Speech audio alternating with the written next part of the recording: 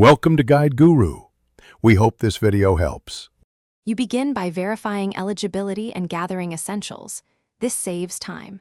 Locate the serial number in Settings, right arrow General, right arrow About, sign into your Apple ID, and photograph the receipt. Once done, choose Apple Care Plus when you want accidental damage repair and theft options, or pick the standard protection plan for extended hardware support. Make sure to note any active promos or business accounts, because billing and coverage can differ. Next, we actually enroll and confirm payment. You now act.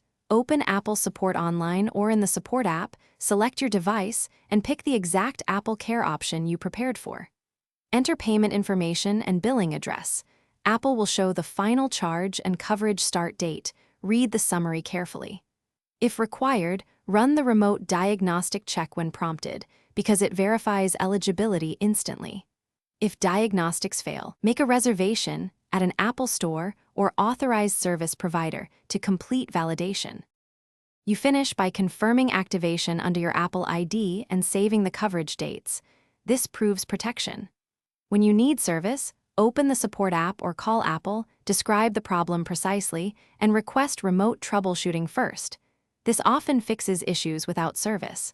For repairs, schedule a courier or store appointment and keep all receipts for warranty claims. If something goes wrong, diagnostics fail, or a claim is denied, ask for escalation and request a case reference number for follow-up. Thanks for watching. Consider subscribing if we helped you today.